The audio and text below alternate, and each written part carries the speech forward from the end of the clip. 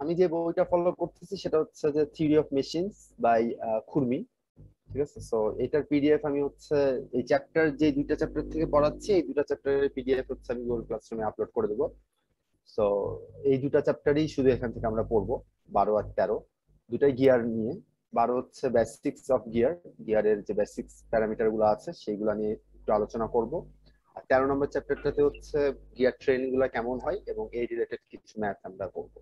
Sir এটা কি ওই আগের বইটা নেই নাকি নতুন বই? না, এটা নতুন বই, theory of machines by R S Khurmi. আগের বইটা তো ছিল হচ্ছে বিয়ার স্টোনের, ওইটা হচ্ছে ছিল হচ্ছে মেকানিক্স, ইঞ্জিনিয়ারিং মেকানিক্স, স্ট্যাটিক্স।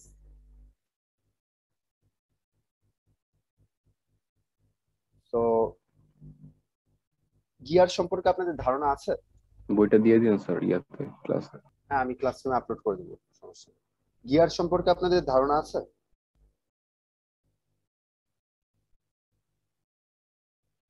না স্যার। আচ্ছা, আপনাদের যে কোনো মেশিনারিজ, সেটা টেক্সটাইল রিলেটেড হতে পারে বা মেকানিক্যাল রিলেটেড হতে পারে বা আদার্স সেক্টরের হতে পারে, যে কোনো মেশিনারিজ চালানোর জন্য আপনার মোশন লাগে। ম্যাক্সিমাম ক্ষেত্রে আমরা এই মোশনটা, ইনিশিয়াল মোশনটা পেয়ে থাকি মোটর থেকে, রোটেশনাল এনার্জি পেয়ে থাকি।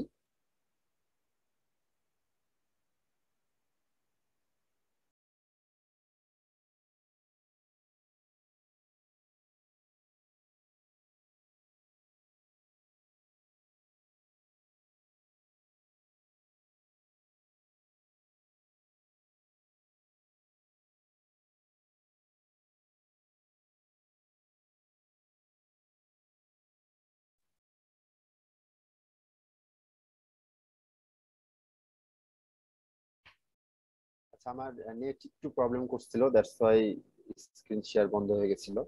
এখন শোনা যাচ্ছে তো, তাই না? জি স্যার। আচ্ছা, গিয়ার মূলত আপনাদের মোশনটাকে ট্রান্সফার করবে। ধরেন যে আমি হচ্ছে মোটরের শ্যাফটে একটা রোটেশনাল মোশন দিলাম, ওই রোটেশনাল মোশনটাকে একটা শ্যাফট থেকে আরেকটা শ্যাফটে ট্রান্সফার করার জন্য আমরা যেই এলিমেন্টস ইউজ করে থাকি সেটাকে আমরা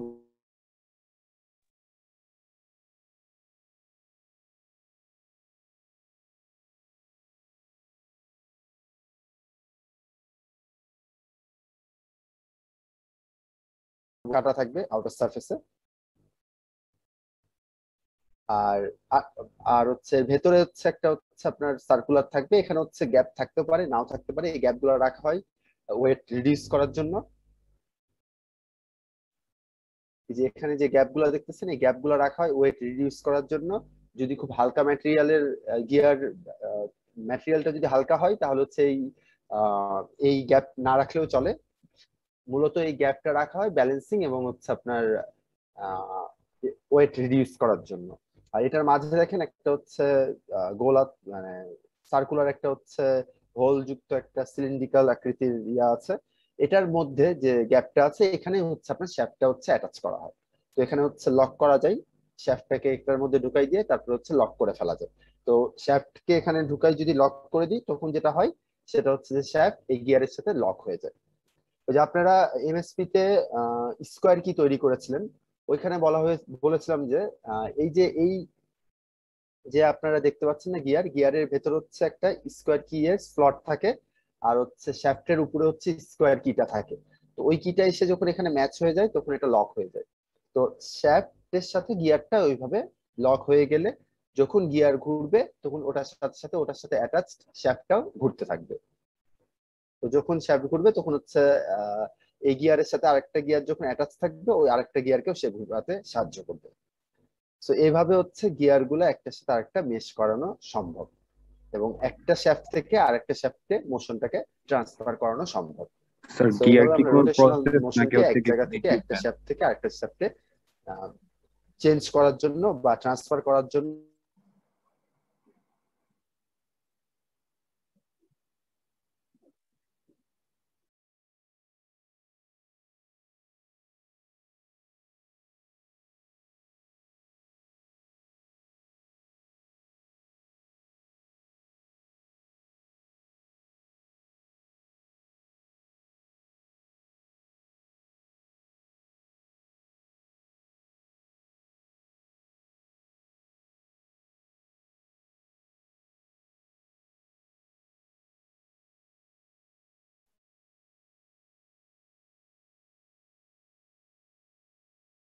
নেটের প্রবলেমের কারণে আমি আবারও ডিসকানেক্ট হয়ে গেছিলাম। আচ্ছা, কত দূর ছিলাম? শোনা যাচ্ছে? জি জি স্যার। স্যার। কত দূর পর্যন্ত আপনারা শুনতে পাইছেন? স্যার বলতেছিলাম গিয়ার কি হচ্ছে কোনো প্রসেস নাকি হচ্ছে কোনো ইনস্ট্রুমেন্টের নাম স্পেসিফিক্যালি? গিয়ার হচ্ছে একটা ইনস্ট্রুমেন্টের নাম, এই যেখানে বলতেছি না একটা এলিমেন্টস, এই যে এই এলিমেন্টসটাকে আমি গিয়ার বলতেছি। এটা একটা গিয়ার, বড় গিয়ার, এটা হচ্ছে একটা ছোট গিয়ার। দুইজন মানে একজন আরেকজনের সাথে অ্যাটাচড হয়েছে, তো এটা ঘুরলে এটা ঘুরতে থাকবে। এটা হচ্ছে গিয়ার, নট এটা হচ্ছে একটা হচ্ছে প্রসেস বা মেথড না, এটা হচ্ছে একটা হচ্ছে এলিমেন্ট, মেশিনারিজ এর একটা অ্যাক্সেসরিজ বলতে পারেন বা এলিমেন্টস বলতে পারেন।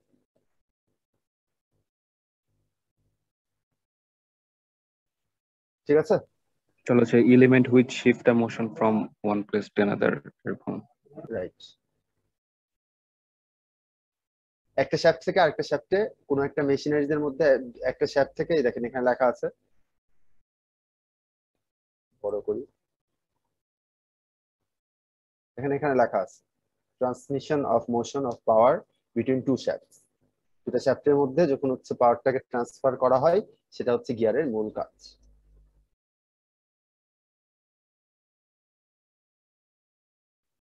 আচ্ছা, এরপরে চলে যাই যে হচ্ছে যে দেখেন দুইটা গিয়ার যখন একজন আরেকজনের সাথে হচ্ছে অ্যাটাচড হয়, সেটাকে আমরা বলি গিয়ার মেশ, মেশ করতেছে। তো এ গিয়ারটা বি গিয়ারের সাথে এই পয়েন্টে মেশ করতেছে। তো এই যে পয়েন্ট, এই পয়েন্ট থেকে যদি স্পর্শক বড় স্পর্শক একটা লাইন ড্র করি, কমন একটা স্পর্শক বা ট্যানজেন্ট, সেই ট্যানজেন্ট লাইনটাকে আমরা বলে থাকি line of contact. That means এই লাইন অফ কন্ট্যাক্টে দুইটা গিয়ার কন্ট্যাক্ট করতেছে এবং একজন ঘুরলে আরেকজন ঘুরবে। আর এইখানে যে বিষয়টা সেটা হচ্ছে যে দেখেন যে এ গিয়ারটা, ধরে নিলাম যে এ গিয়ারটা হচ্ছে আমার মোটরের সাথে, মোটর শ্যাফটের সাথে অ্যাটাচড। তাহলে মোটর আমাকে যে আরপিএম দিবে, সেই আরপিএম এ এই গিয়ারটা ঘুরবে। এখন এই আরপিএম থেকে আমি আরেকটা আরপিএম যদি আরেকটা শ্যাফটে ট্রান্সফার করতে চাই, তাহলে আরেকটা গিয়ার দিয়ে আমাকে এটাকে মেশ করতে হবে। তো ছোট বড় বিভিন্ন রকমের গিয়ার আমি মেশ করতে পারি বা অ্যাটাচ করতে পারি। তো এটা ছোট করব না বড় করব সেটা ডিপেন্ড করবে হচ্ছে আমি এইখানকার যে মোশনটা, সেটা যে এই নতুন আরেকটা শ্যাফটে ট্রান্সফার করতে চাচ্ছি, সেটা বেশি করতে চাচ্ছি না কম করতে চাচ্ছি। সো এটার উপর ডিপেন্ড করবে যে আমি ছোট গিয়ার ইউজ করবো নাকি বড় গিয়ার ইউজ করবো। সো ওটার ইকুয়েশন আমরা একটু পরে দেখবো, যে কোন গিয়ার ইউজ করলে মোশন বাড়ে না কমে, সেটা আমরা হচ্ছে পরবর্তীতে দেখবো। বিভিন্ন ইকুয়েশনের মাধ্যমে ওগুলাকে আমরা সলভ করব। তো যাই হোক, এইখানে যেটা হচ্ছে সেটা হচ্ছে দেখেন যে এ গিয়ার যেটা আছে, সেটা হচ্ছে যদি ক্লকওয়াইজ ঘুরে, তাহলে এটা যদি এক্সটার্নাল সারফেসের সাথে অ্যাটাচ থাকে, তাহলে বি গিয়ারটা ঘুরবে হচ্ছে আপনার অ্যান্টি ক্লকওয়াইজ। দ্যাট মিনস মোশনের ডিরেকশন দুইটা কিন্তু চেঞ্জ হয়ে যাবে, সেম ডিরেকশন থাকবে না। এ গিয়ার যেটাতে পাওয়ার পাই সেটাকে বলা হয় ড্রাইভার, আর এ গিয়ার যাকে ঘুরাই, দ্যাট মিনস বি কে ঘুরাচ্ছে, তাহলে বি হয়ে যাবে হচ্ছে ড্রিভেন বা ফলোয়ার, ড্রিভেন বা ফলোয়ার। আর এ গিয়ারটা হবে হচ্ছে ড্রাইভার। সো ড্রাইভার আরেকটা গিয়ারকে ঘোরাতে সাহায্য করে, এবং যাকে ঘোরাতে সাহায্য করে তাকে ফলোয়ার বলা হয় বা ড্রিভেন বলা হয়। এখানে হচ্ছে আমরা যেটা করছি যে 2D একটা ডায়াগ্রাম ড্র করছি। দ্যাট মিনস আমরা হচ্ছে একটা ক্রস সেকশনাল ভিউ নিয়েছি, তাই জন্য এখানে সার্কুলার একটা শেপ দেখতে পাচ্ছি। এই যে সার্কুলার শেপ দেখতে পাচ্ছি, উপরেরটা হচ্ছে আমার outer layer, that means teeth গুলা যেখানে মেশ হচ্ছে সেটা। আর এই যে ছোট আর একটা সার্কেল ভেতরে দেখতে পাচ্ছি, এখানে হচ্ছে আমার শ্যাফট যেটা আছে সেটা অ্যাটাচ আছে। তো শ্যাফট তো নিরেট, সো দ্যাটস ওয়াই এটাকে হচ্ছে আমি, বা সলিড, দ্যাটস ওয়াই এটাকে হচ্ছে আমি হচ্ছে হ্যাচ লাইন দিয়ে বুঝাইছি। তো এইভাবে হচ্ছে আমরা হচ্ছে দুটা গিয়ারকে মেশ করা অবস্থায় ড্র করে দেখাতে পারি। ড্রাইভার কি জি, ড্রাইভার কি যে কোনো একটা হতে পারে না বড়টাও হতে পারে? বড়টাই হবে। না বড় ছোট বলে লাভ নাই, যেখানে পাওয়ার পাবে সেটা ড্রাইভার। যদি আমি এখানে পাওয়ার দিতাম তাহলে এটা ড্রাইভার হতো। সো পাওয়ারটা কোথায়, ইনপুট পাওয়ারটা কোথায় থেকে পাচ্ছে সেটা হচ্ছে ড্রাইভার। ইনপুট পাওয়ার যেখান থেকে পাই সেটা ড্রাইভার, আর আউটপুট যেখানে যাচ্ছে সেটা হচ্ছে ফলোয়ার বা ডিজিটাল। স্যার কখনো কি মানে ড্রাইভারের মোশন থেকে ফলোয়ারের মোশন বেশি হওয়া পসিবল? হতে পারে।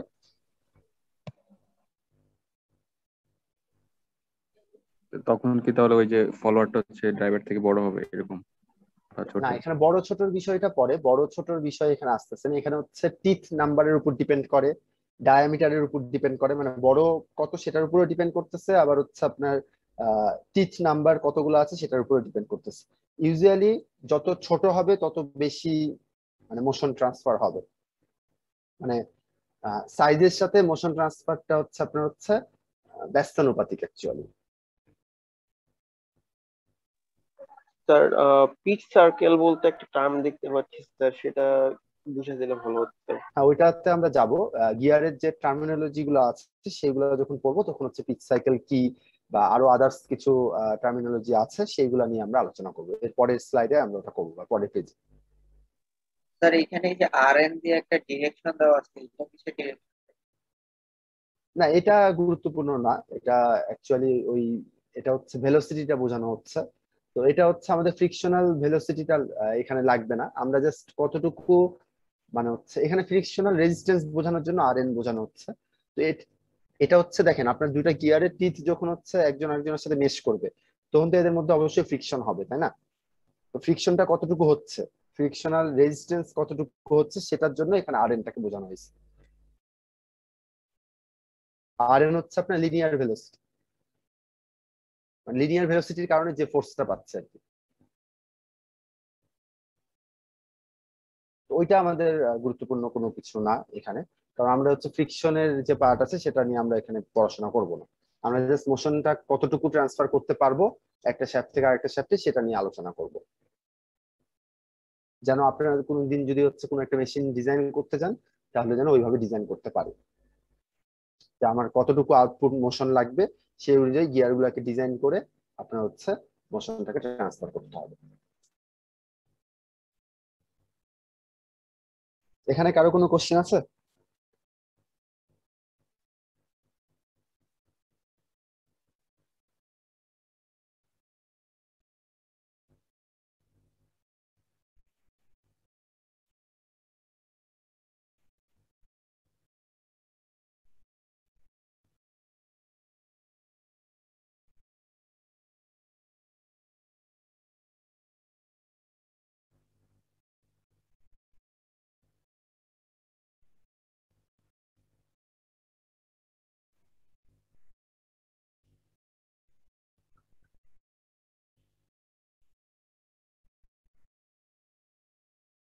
আচ্ছা, এরপরে তাহলে আমরা চলে যাই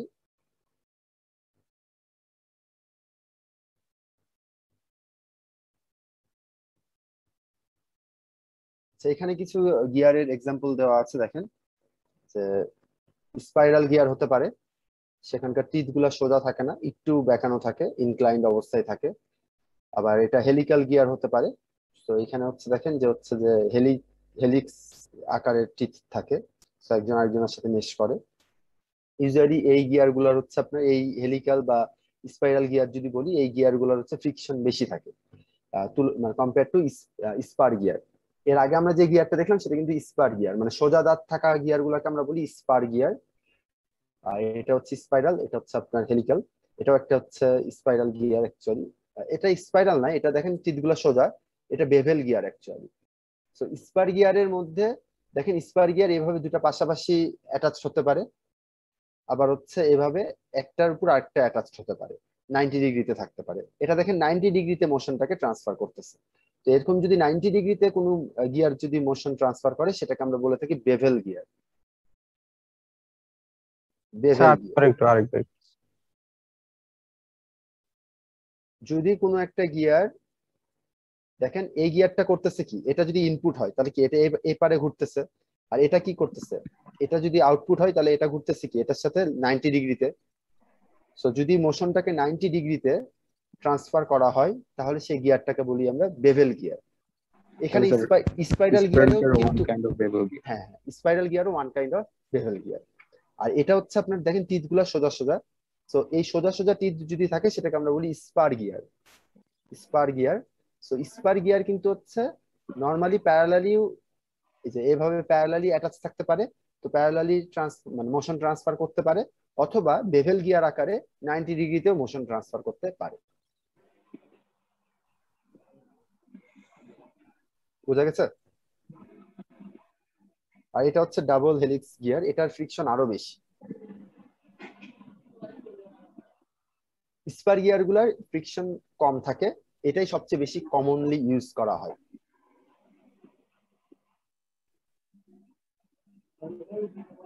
স্যার ঠিক আছে, এখানে আরেকটা স্পাইরাল দেখতেছি, এটা হচ্ছে স্পাইরাল গিয়ার। এটার সাথে আবার স্পারের স্পাইরাল গিয়ারে দেখেন এই যে এই টিথ গুলো দেখেন বেঁকানো, আর এখানে স্পার গিয়ারের টিথ গুলো দেখেন সোজা, এটাই ডিফারেন্স। এটা একটু বেঁকানো আর এটা হচ্ছে সোজা, আর এটা আরো বেশি বেঁকানো হেলিক্সের মতো। স্পাইরালেও কি 90 ডিগ্রিতে মোশন কনভার্ট হয় নাকি? স্পারে স্পার দুই ধরনেরই হতে পারে। স্পাইরালে স্পাইরাল, হ্যাঁ স্পাইরাল 90 ডিগ্রিতেও করতে পারে, আবার হচ্ছে নর্মালিও করতে পারে, এরকমও হতে পারে। আচ্ছা। ঠিক আছে, আর কারো কোনো কোশ্চেন আছে? বসছি স্যার। আচ্ছা, এরপরে চলে যায় হচ্ছে গিয়ারিং কয় টাইপের হতে পারে। গিয়ারিং সাধারণত 3 টাইপের হতে পারে, এক্সটার্নাল, ইন্টারনাল আর হচ্ছে র্যাক অ্যান্ড পিনিয়ন। তো এতক্ষণ আমরা যেগুলা দেখতেছিলাম সেগুলো হচ্ছে এক্সটার্নাল। দ্যাট মিনস এক্সটার্নাল সারফেসে টিথ কাটা থাকবে দুইটা গিয়ারের, এরা দুইজন পরস্পর একজন আরেকজনের সাথে মেশ করবে। তো এখানে হচ্ছে মোশনের ডিরেকশনটা চেঞ্জ হয়ে যায়।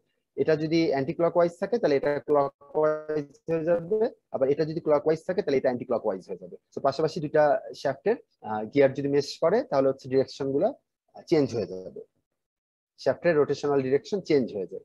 এটা হচ্ছে এক্সটার্নাল গিয়ারিং। আর ইন্টারনাল গিয়ারিং কি দেখেন, যে একটা গিয়ারের এই যে নীল যে গিয়ারটা আমি দেখতেছি এটা হচ্ছে ছোট গিয়ার, এই গিয়ারে এক্সটার্নাল সারফেসে টিথ কাটা থাকবে, আর বড় যে গিয়ারটা সে বড় গিয়ারের ইন্টারনাল সারফেসে টিথ কাটা থাকবে। তো এভাবে যদি ইন্টারনালি কোনো একটা গিয়ার মেশ করে তাহলে সেটাকে আমরা বলি ইন্টারনাল গিয়ারিং। এইখানে ডিরেকশন চেঞ্জ হয় না, এই ড্রাইভারও যেদিকে ঘুরে, মানে বড়টাকে আমরা ড্রাইভার বলতেছি, বড় যে গিয়ারটা আছে সেটা ধরেন যে হচ্ছে অ্যান্টি ক্লকওয়াইজ যদি ঘুরে তাহলে এই ছোট ইন্টারনাল গিয়ারটাও অ্যান্টি ক্লকওয়াইজই ঘুরবে। তাহলে ইন্টারনাল গিয়ারে মোশনটা ডিরেকশনটা চেঞ্জ হয় না, সেম ডিরেকশনেই থাকে ড্রাইভার এবং ড্রিভেন দুইজনের। বোঝা গেছে? জি স্যার। আর লাস্টের যেটা ছিল সেটা হচ্ছে যে আপনার rack and pinion. So rack and পিনিয়নে কি হচ্ছে দেখেন, যে এরকম নিচে হচ্ছে একটা র্যাক থাকে, সো এখানে কিছু সোজা টিথ কাটা থাকে, এটা একদম সোজা, এটা কোনো রোটেশনাল কোনো কিছু না, এটা সোজা। এটার উপর হচ্ছে একটা গিয়ার থাকে, সেটাকে আমরা বলি পিনিয়ন গিয়ার। সো এই পিনিয়নটা এই র্যাকের উপর দিয়ে মুভ করতে থাকে, এটা রোটেট করতে থাকে, আর এই র্যাকের উপর দিয়ে এটা লিনিয়ারলি মুভ করতে থাকে, মানে কিছুটা এটা চাকার মতো। সো এটা ঘুরতে থাকবে আর এদিকে হচ্ছে লিনিয়ারলি মুভ করতে থাকবে র্যাকের উপর। সো এটাকে বলা হচ্ছে পিনিয়ন, আর এটা হচ্ছে আমার র্যাক। সো এটা হচ্ছে কখন ইউজ করব আমরা, যখন হচ্ছে আমাদের কোনো একটা মোশনকে, সার্কুলার মোশনকে লিনিয়ার মোশনে কনভার্ট করতে হবে, তখন হচ্ছে আমরা র্যাক এন্ড পিনিয়ন ইউজ করতে পারি। ঠিক আছে, একটা রোটেশনাল মুভমেন্টকে আমরা যদি হচ্ছে লিনিয়ার মোশনে কনভার্ট করতে চাই তখন হচ্ছে আমরা র্যাক এন্ড পিনিয়ন ইউজ করে থাকি। স্যার এমএসপি তে কোনো একটা এক্সপেরিমেন্টে মনে হয় এটা ছিল স্যার, ওই যে মামুন স্যার বলছিল যে ভাইভাতে ধরতে পারে আর কি কোশ্চেনের rack and pinion. Rack sir and pinion সম্ভবত যে লেদ মেশিনে লেদ সম্ভবত। মেশিনে ছিল, রাইট। লেদ মেশিনে হচ্ছে এটা ছিল হচ্ছে আপনার ওই যে স্যার লেদ, আপনি যেটা বলেন এটাই, কনভার্টেড রোটেশনাল মোশন টু হ্যাঁ লিনিয়ার মোশন। রাইট, ওই যে আমরা ফিড যেটা পাই সেটা তো লিনিয়ার ফিড, তাই না? মানে কাটিং টুলটা কিভাবে যাচ্ছে, লিনিয়ারলি মুভ করতেছে, কাটিং টুলটা আমাদের লিনিয়ারলি মুভ করতো, কিন্তু আমি তো রোটেশনাল এনার্জি দিচ্ছি। ফিড রড বা লিড স্ক্রু যেটা ছিল সেটা তো রোটেট করতেছে, ওটার রোটেশনাল এনার্জিটা কিভাবে লিনিয়ার মোশনে কনভার্ট হচ্ছে, ওইখানে হচ্ছে আমরা র্যাক এন্ড পিনিয়ন ইউজ করে থাকি। ঠিক আছে, তো গিয়ারের ক্ষেত্রে 3টা জিনিস মাথায় রাখবেন। একটা হচ্ছে র্যাক এন্ড পিনিয়ন গিয়ার, এটা হচ্ছে রোটেশনাল মোশনকে লিনিয়ার মোশনে কনভার্ট করে। 2 নম্বর বেভেল গিয়ার, এরা হচ্ছে 90 ডিগ্রিতে হচ্ছে মোশনকে ট্রান্সফার করে। আর একটা হচ্ছে worm and wheel gear. Worm and wheel গিয়ারটা হচ্ছে করে কি, অনেক বড় একটা, মানে হচ্ছে অনেক বেশি পরিমাণ স্পিডকে অনেক কম পরিমাণ স্পিডে রিডিউস করার জন্য, লেটস সে 5000 আরপিএম থেকে 50 আরপিএম এ কনভার্ট করার জন্য আমরা Om Om wheel gear use করে থাকি। সেই 3 ধরনের গিয়ার হচ্ছে মাথায় রাখতে হবে, কারণ হচ্ছে আমরা যখন হচ্ছে কোনো কিছু ডিজাইন করতে যাব তখন এই 3 ধরনের গিয়ারকে মাথায় রেখে হচ্ছে ডিজাইন করতে হবে। ওম হুইল গিয়ার, ঠিক আছে? এগুলো হচ্ছে অনেক বড় বড়, মানে বড় টাইপের গিয়ার হয়। এই গিয়ারটা ইউজ করা হয় হিউজ পরিমাণ মোশন রিডিউস করার জন্য। কোনো জায়গাতে মোশন অনেক বেশি আছে, তো ওইটাকে রিডিউস করে একদমই কমায় নিয়ে আসার জন্য আমরা ওম হুইল গিয়ার ইউজ করতে পারি। এটাও কিন্তু ছিল আপনাদের লেদ মেশিনে, কারণ দেখেন স্পিন্ডল যত স্পিডে ঘুরতেছে তত স্পিডে কিন্তু হচ্ছে আপনার ফিড রড বা হচ্ছে লিড স্ক্রু ঘুরতো না। যদি তত স্পিডে ঘুরতো তাহলে তো হচ্ছে কাটিং টুল খুব দ্রুত মুভ করতো, কাটিং টুলটা একদমই আস্তে আস্তে মুভ করতো। তাহলে কি আমি মোটর থেকে একটা স্পিড পাচ্ছি, সেটা অনেক বেশি পরিমাণ স্পিড, সেই স্পিডটাকে কমায় একদমই অল্প স্পিডে কনভার্ট করে ফেলতেছি। এটা ওম হুইল গিয়ার এর মাধ্যমে করা হতো। তো এই 3টা বিষয় মাথায় রাখবেন গিয়ারিং এর ক্ষেত্রে। এটা পরবর্তীতে যদি আপনারা মেশিন ডিজাইন করতে চান, কোনো কিছু ছোটখাটো কোনো মেশিনও যদি ডিজাইন করতে চান, তাহলে এই 3টা বিষয় মাথায় রেখে আপনাদের কাজ করতে হবে।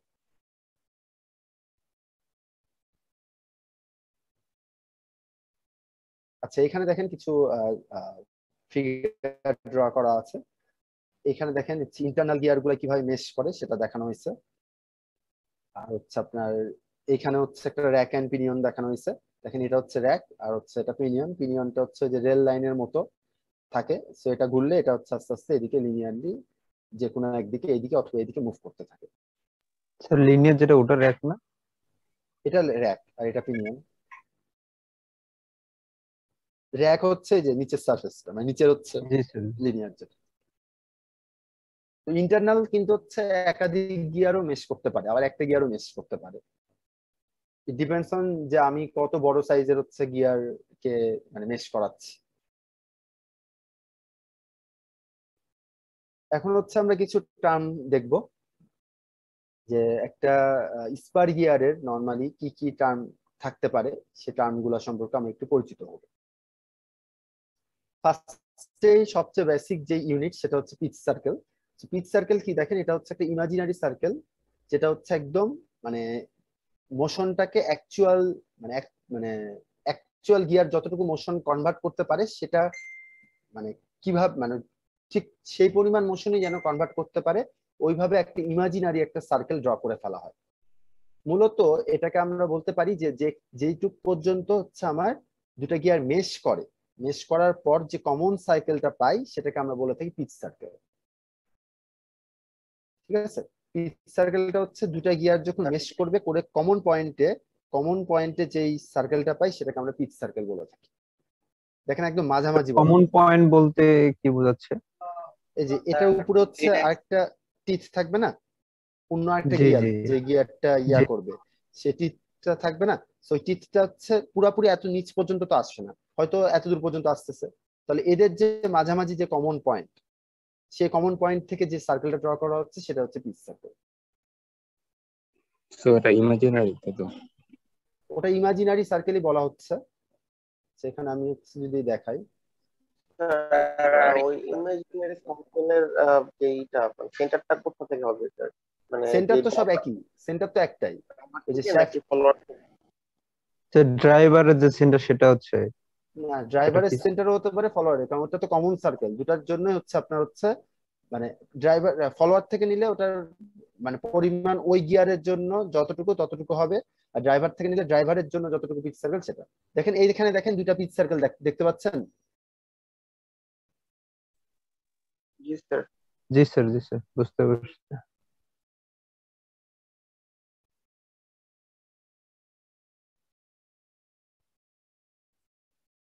দেখেন যে কমন পয়েন্টে এই যে নীল সার্কেলটা একটু খেয়াল করে দেখেন, এই যে এইটাকে বলতেছে এই গিয়ারের পিচ সার্কেল আর এইটাকে বলতেছে এই গিয়ারের পিচ সার্কেল। এই দুটা দেখেন কমনলি এই যে দেখেন একজন আরেকজনের সাথে ম্যাচ করছে, ওভারল্যাপ কিন্তু করেনি, ওভারল্যাপ কিন্তু করেনি দেখেন, কিন্তু এই যে এই সার্কেল আর এই সার্কেল কিন্তু ওভারল্যাপ করছে। এই সার্কেলটা আর এই সার্কেলটা কিন্তু হচ্ছে ওভারল্যাপ করছে, অন্য যে কোনো সার্কেলই কিন্তু হচ্ছে ওভারল্যাপ করছে, যেটা একদম কমন পয়েন্টে মিলতেছে। এই নীল সার্কেলটা যেটা পিচ সার্কেল বলতেছি, এটা দেখেন এখানে এসে কমন পয়েন্টে মিলে যাচ্ছে, তো এটা ওভারল্যাপ করে না। তো এইভাবে কমন পয়েন্টে যে সার্কেলটা মিলতেছে মেশ করার পর, সেটাকে আমরা বলে থাকি হচ্ছে পিচ সার্কেল। এটা হচ্ছে মানে একদম ইউনিট সার্কেল বলতে পারেন। এটা থেকে বাকি যে প্যারামিটার গুলো আছে সেইগুলো হচ্ছে আমরা ক্যালকুলেট করতে পারি।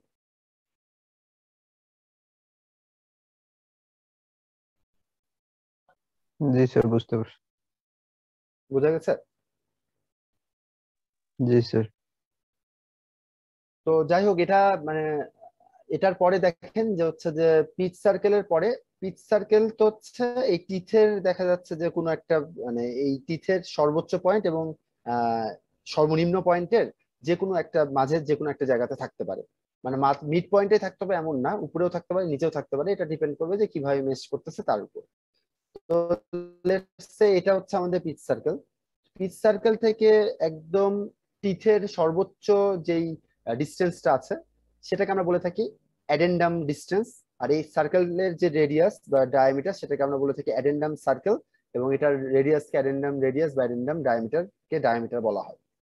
আর এটা থেকে যে একদম নিচের সার্ফেসে, দ্যাট মিনস এই পিচ সার্কেল থেকে গিয়ারের যে নিচের যে ব্ল্যাঙ্ক সার্ফেসটা আছে সেটাতে যেখান থেকে টিথটা ক্রিয়েট হচ্ছে বা জেনারেট হচ্ছে, সেই ডিস্টেন্সটাকে বলা হয় ডিডেন্ডাম ডিস্টেন্স, আর সেই সার্কেলটাকে বলা হয় ডিডেন্ডাম সার্কেল।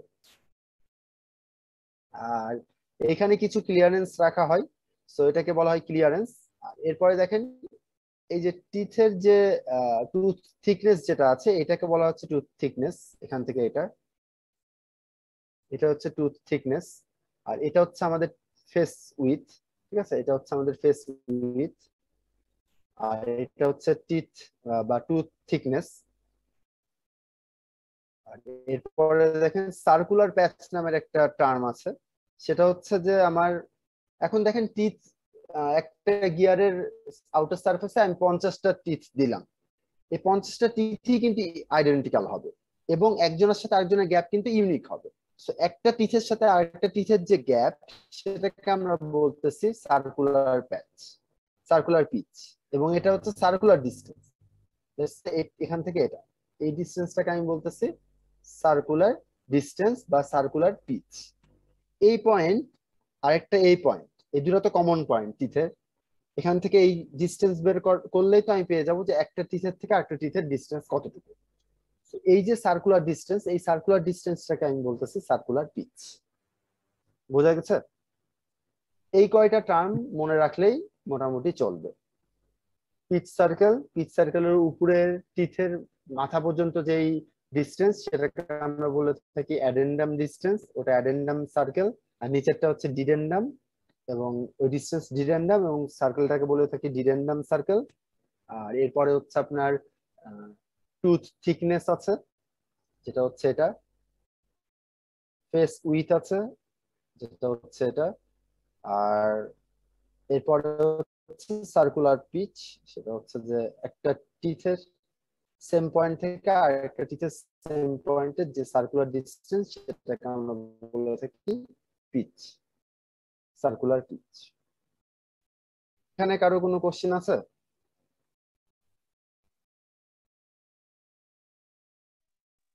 স্যার ওয়ার্কিং ডেপথটা কি স্যার? ওয়ার্কিং ডেপথ হচ্ছে আপনার কোন ডেপথ পর্যন্ত হচ্ছে কাজ করতে পারবে, কাজ করতে পারবে মনে হচ্ছে যে মানে মেশ করতে পারবে। দ্যাট মিনস আমি ম্যাক্সিমাম এই ক্লিয়ারেন্সের আগ পর্যন্ত হচ্ছে মেশ করাতে পারবো, ক্লিয়ারেন্সের ভেতরে আমি মেশ করাতে পারবো না। করলে তখন হচ্ছে ওটা কম্প্যাক্ট হয়ে যাবে, এবং বেশি কম্প্যাক্ট হলে আপনার ফ্রিকশনটা অনেক বেড়ে যাবে।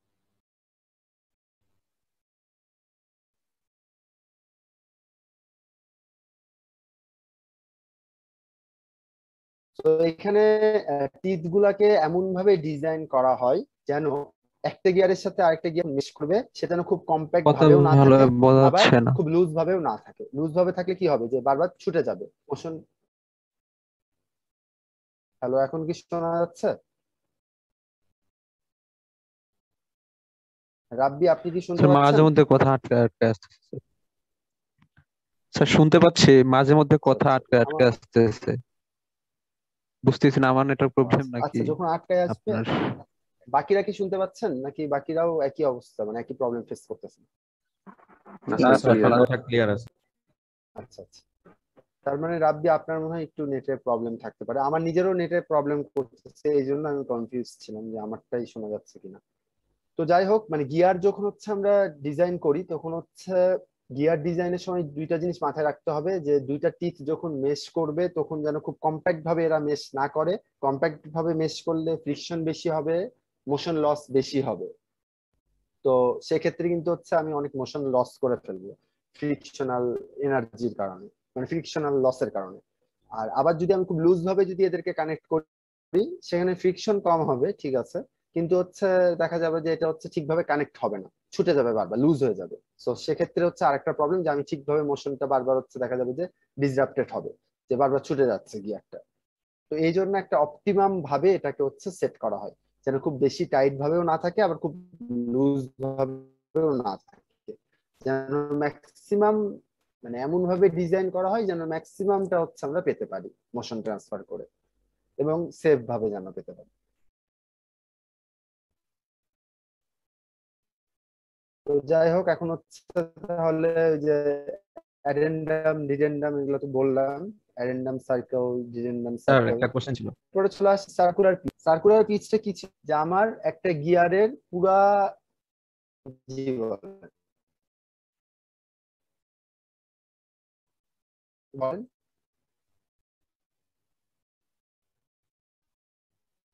হ্যালো, স্যার এই যে পিচ জুনায়েদ সাইকেল বলো। যেটা, কেউ কোশ্চেন করবেন এটা কি বলুন, অ্যাডেন্ডাম আর ডিডেন্ডাম করেন। সাইকেলের হ্যালো, আমাকে কি সার্কেলের শোনা যাচ্ছে? মাঝখানে থাকে? হ্যালো আর এই যে যে পিচ, স্যার আপনার কথা মানে তো শুনতে পুরোপুরি পারতেছি, মাঝখানে আমার কথা থাকে না। শোনা যাচ্ছে না? হ্যাঁ হ্যাঁ, হ্যাঁ আমি শুনতে পেয়েছি। পিচ সার্কেলটা, হ্যালো। হ্যাঁ আমি শুনতে পেয়েছি। পিচ পিচ সার্কেলটা অ্যাডেনাম এবং ডিডেন্ডামের পুরোপুরি মাঝখানে থাকে না। এটা একটু, মানে অ্যাডেন্ডামের দিকে উপরে বেশি থাকতে পারে বা ডিডেন্ডামের দিকে বেশি থাকতে পারে, এটা ডিপেন্ড করে ডিজাইনের উপর কোথায় মেশ করবে, কোথায় কমন পয়েন্ট হবে, সেটা ডিপেন্ড করে।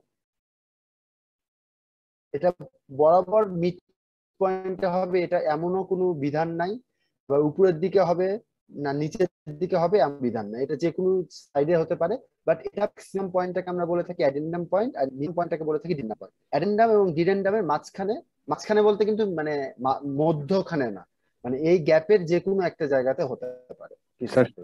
সেম সাইজের গিয়ার হইলে তো পিছটা মাঝখানে থাকার কথা।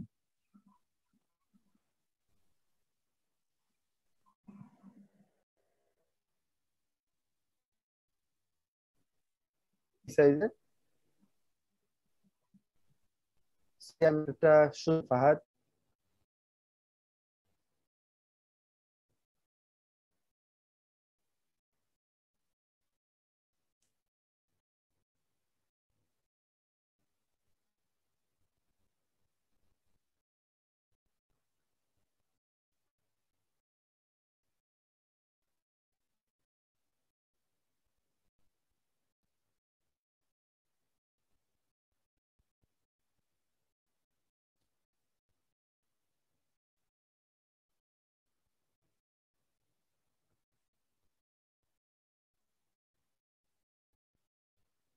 হ্যালো,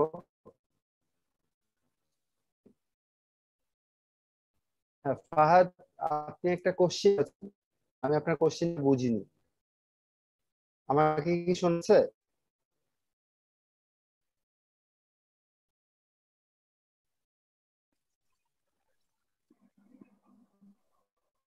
জি স্যার, শুনতেছি। আপনার কথা কেটে কেটে আসতেছে। জি স্যার, আপনাকে শোনা যাচ্ছে।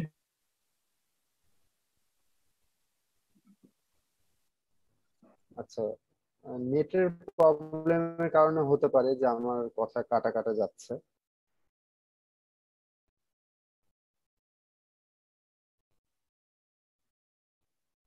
ফারহাদ ফরহাদ আপনার মনে হয় একটা কোশ্চেন ছিল, সেই কোশ্চেনটা যদি একটু বলতেন বা যদি একটু চ্যাটে যদি লিখতেন, যে আমি শুনতে পাচ্ছি না আপনাকে ঠিকভাবে। আচ্ছা, আমরা হচ্ছে স্যার ওই যে সার্কুলার আমি পিচ যেটা কোশ্চেনটাকে আছে হচ্ছে একটু সেটাতে অ্যাড আপ চলে করতে আসি। চাচ্ছিলাম যে যদি সার্কুলার এমএসসি এর পিচটা কি গিয়ার ছিল, হয়। যে আমাদের, জি জি জি বলেন। হুম, সে যদি গিয়ার হয় তাহলে মিড পয়েন্টে হওয়া উচিত পিচ সার্কেল, অবভিয়াসলি পিচ সার্কেলটা তাহলে অ্যান্ডাম আর ডিডেন্ডামের মিড মিড পয়েন্টে Yes, sir. হওয়া উচিত।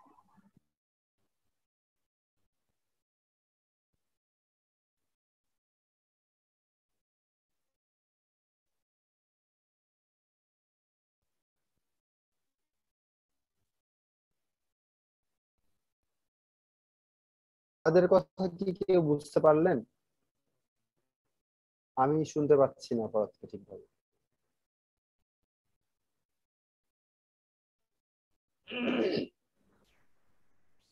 আপনার কথাটা ঠিক মতো শোনা যাচ্ছে না, মানে কেটে কেটে আসছে।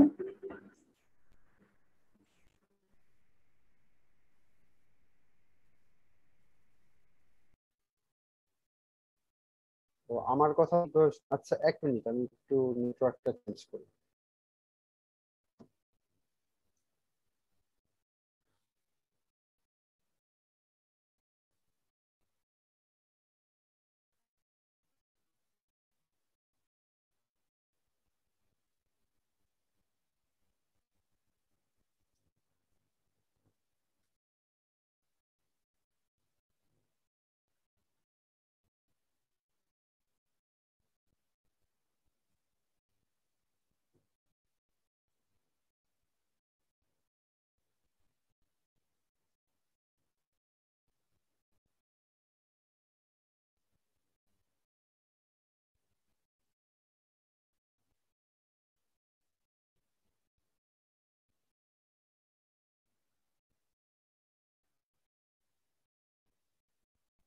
হ্যালো, এখন কি শোনা যাচ্ছে আমাকে?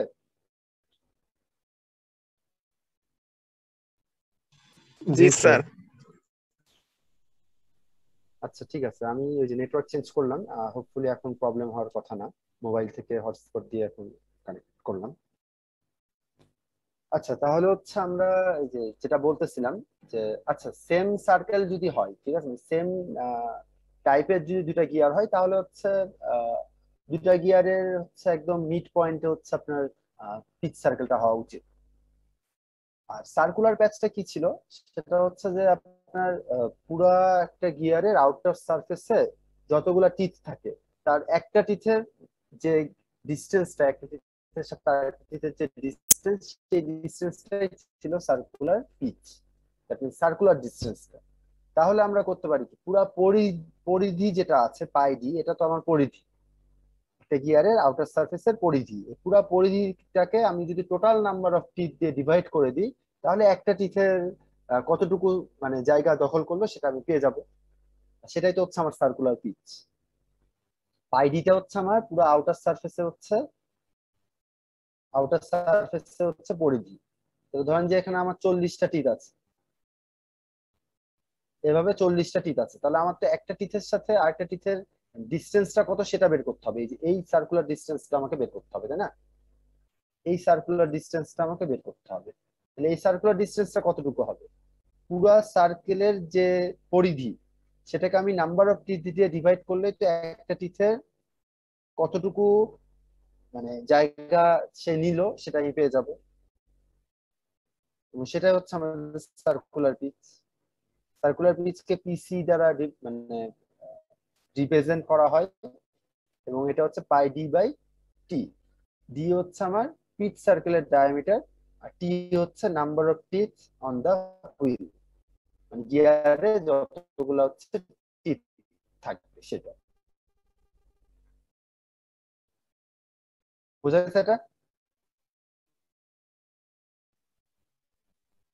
এরপরে দেখেন যে হচ্ছে দুইটা গিয়ার যখন মেশ করবে একজন আরেকজনের সাথে,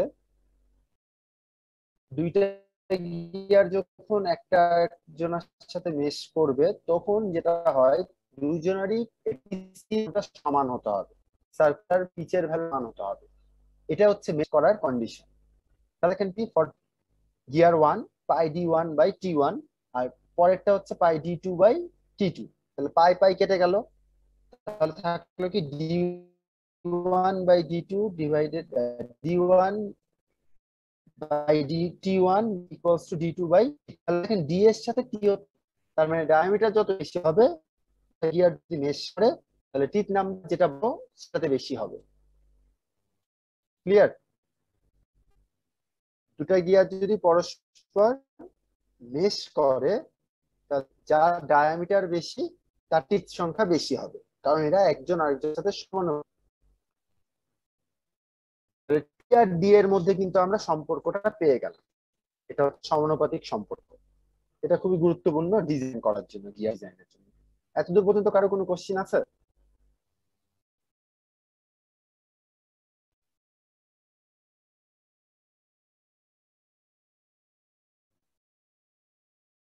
আমাকে কি এখন শোনা যাচ্ছে নাকি এখনো কাটা কাটা আসতেছে?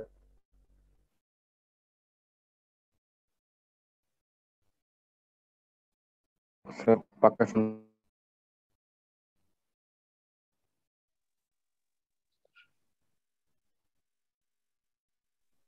স্যার হালকা কেটে কেটে আসে স্যার।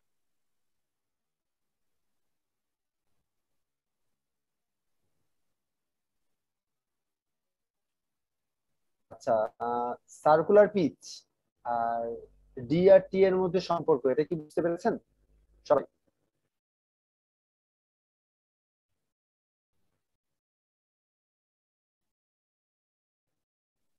জি স্যার, বুঝতে পারছি।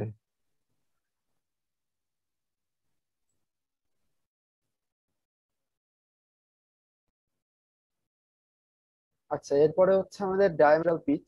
ডায়ামিটার পিচটা হচ্ছে টিথ আর ডায়ামিটার রেশিওটাকে বলা হয় ডায়ামিটারাল পিচ। তো এটাকে পিডি দ্বারা প্রকাশ করা হয়, এবং এটাকে যদি আমি পিসি এর সাথে সম্পর্ক করতে চাই তাহলে পাই বাই পিসি হবে। কিভাবে? কারণ পিসি সমান আমরা পাই ডি বাই টি, তাহলে হচ্ছে এটাকে যদি এভাবে সাজাই লিখি তাহলে পাই বাই পিসি আমরা পেয়ে যাবো। পিডি আর হচ্ছে পিসি হচ্ছে পরস্পর ব্যস্তানুপাতিক। তাহলে দুইটা গিয়ার মেশ করার জন্য যেমন পিসি ভ্যালু সমান হতে হবে, ঠিক তেমনি পিডির ভ্যালু সমান হতে হবে। কারণ দেখেন পিসি যদি সমান হয় তাহলে পিডি অটোমেটিক্যালি সমান হবে, কারণ পিডি ডিপেন্ড করে পিসির উপর। সো পিডি এবং পিসির ভ্যালু দুটো গিয়ার যদি মেশ করে তাহলে সমান হবে। এরপর হচ্ছে মডিউল। মডিউলটা হচ্ছে ডায়ামেট্রাল পিচের হচ্ছে উল্টাটা। That means M is equals to D by T equals to 1 by PD equals to C by pi. সেটাকে আমরা লিখতে পারি 1 by PD equals to PC by pi. তাহলে মডিউল হচ্ছে পিসির সাথে সমানুপাতিক, পিডির সাথে ব্যস্তানুপাতিক। সিমিলারলি দুইটা গিয়ার মেশ করলে তাদের মডিউল গুলো সমান হবে, কারণ মডিউল ডিপেন্ড করতেছে পিসির উপর। পিসি যেহেতু সমান হয় তাহলে পিডি সমান হবে এবং এমও সমান হবে। বোঝা গেছে? জি স্যার, বুঝতে পারছি। এই ছিল স্যার, মোটামুটি আমাদের গল্প। 11টায় আরেকটা ক্লাস আছে, এটা একটু শেষ করে দিন। হ্যাঁ, আমি শেষ করে দেবো মোটামুটি ভাবে। আমার হচ্ছে টার্ম গুলা পড়ানো শেষ। এটা ছিল মোটামুটি এই চ্যাপ্টারের, যে আমরা হচ্ছে বেসিক অফ গিয়ার গুলা বুঝলাম। এরপরে আমরা নেক্সট যে চ্যাপ্টারটা আছে সেটা হচ্ছে গিয়ার ট্রেন। তো এখানে হচ্ছে আমরা জাস্ট আজকে একটু বেসিক আলোচনা করব, এরপরের দিন হচ্ছে আমরা ইকুয়েশন দেখে ম্যাথ করব। তো আজকে যে বেসিক আলোচনার মধ্যে যে গিয়ার ট্রেন গুলার বলতে বোঝানো হয় যে একসাথে আহ, যখন একত্রে অনেকগুলা গিয়ার বা দুইটা গিয়ার যখন মেশ করে একটা থেকে আরেকটা মোশন ট্রান্সফার করে, ওই ট্রেনটাকে আমরা বলে থাকি গিয়ার ট্রেন। তো গিয়ার ট্রেন সাধারণত 4 ধরনের হয়ে থাকে: সিম্পল, কম্পাউন্ড, রিভেটেড আর হচ্ছে এপিসাইক্লিক। এর মধ্যে থেকে আমরা হচ্ছে সিম্পল, কম্পাউন্ড আর রিভেটেড গিয়ার ট্রেনের ম্যাথ করব এবং ইকুয়েশন গুলা দেখবো। আর এপিসাইক্লিক সম্পর্কে জাস্ট ধারণা নিব, কারণ এখানকার যে ম্যাথ গুলো আছে সেগুলো হচ্ছে বেশ মানে হচ্ছে ডিজাইন রিলেটেড, এবং এটা হচ্ছে বেসিক যারা মেকানিক্যালে পড়ে তাদের জন্য। তো এটা আপনাদের খুব একটা দরকার না, বাট বেসিকটা জেনে রাখা ভালো। তো এই জন্য বেসিক যেটা আছে সেটা জানাবো, বাট এটা থেকে আমরা কোনো ম্যাথ করবো না। তো তো এর পরের দিন আমরা হচ্ছে সিম্পল গিয়ার ট্রেন দেখব এবং এর ম্যাথ করব, এই রিলেটেড কম্পাউন্ড গিয়ার দেখব, কম্পাউন্ড গিয়ার রিলেটেড ম্যাথ করব এবং রিলেটেড গিয়ার দেখব এবং তাদের রিলেটেড কিছু ম্যাথ আমরা করব। তাহলেই মোটামুটি ভাবে আমাদের এই গিয়ার ট্রেন যে চ্যাপ্টারটা ছিল সেটা শেষ হবে। তো এটা থেকে মোটামুটি মানে অ্যান্সার করে মার্কস পাওয়াটা খুব ইজি, কারণ হচ্ছে ম্যাথ গুলো খুব সহজ থাকে। বেসিক গুলো যদি বুঝতে পারেন তাহলে হচ্ছে খুব ইজিলি অ্যান্সার করতে পারবেন। তো যাই হোক, আপনাদের আবার 11টায় ক্লাস যেহেতু আছে, আজকের ক্লাস নিয়ে যদি কারোর কোনো কোশ্চেন থাকে করতে পারেন, আমি অ্যান্সার দেব। আর একটা স্ক্রিনশট নিয়ে রাখেন, দুইজন সিআরই স্ক্রিনশট নিয়ে রাখেন, বা যে কোনো একজন স্ক্রিনশট নিয়ে আমাকে হচ্ছে একটু ইমেল করে দিন, তাহলে আমি এখান থেকে বেছে বেছে অ্যাটেন্ডেন্স গুলো দিয়ে দিতে পারবো। আগের মতো এগুলোর ভিডিও ইউটিউবে আপলোড করবেন না? হ্যাঁ, আমি ভিডিও আপলোড করে দেবো। স্যার চ্যাপ্টার 12 থেকে 6 নাম্বার পেজ পর্যন্ত পড়লেই হবে? হ্যাঁ, মানে যতটুকু পড়ালাম ততটুকু পড়তে হবে।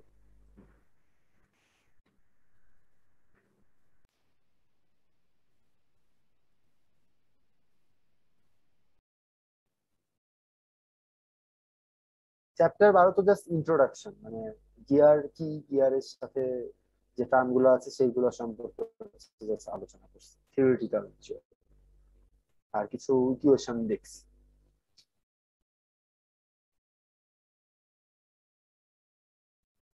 এইগুলাই পরবর্তীতে চ্যাপ্টার 13-এ কাজে লাগবে, এই থিওরিগুলো। স্ক্রিনশট নিয়ে আমাকে ইমেল করে দিন। স্ক্রিনশট নেওয়া হয়েছে সিয়ার? জি স্যার, স্ক্রিনশট না জি স্যার, নেওয়া হয়েছে। আচ্ছা, ঠিক আছে, তাহলে হচ্ছে আজকের ক্লাস আমরা এখানে শেষ করতেছি। নেক্সট উইকে হচ্ছে ক্লাস যদি আমি নিই তাহলে হচ্ছে আমি অ্যানাউন্স করে দেবো, আর ম্যাডাম নিলে ম্যাডাম অ্যানাউন্স করে দেবে। ঠিক আছে, ম্যাডাম নিলে সন্ধ্যার দিকে হবে কারণ সে ইউএসএ তে আছে, আমি নিলে হচ্ছে সকালে হবে। ওকে ওকে স্যার, আসসালামু আলাইকুম। ওয়ালাইকুম আসসালাম, ভালো থাকবেন সবাই।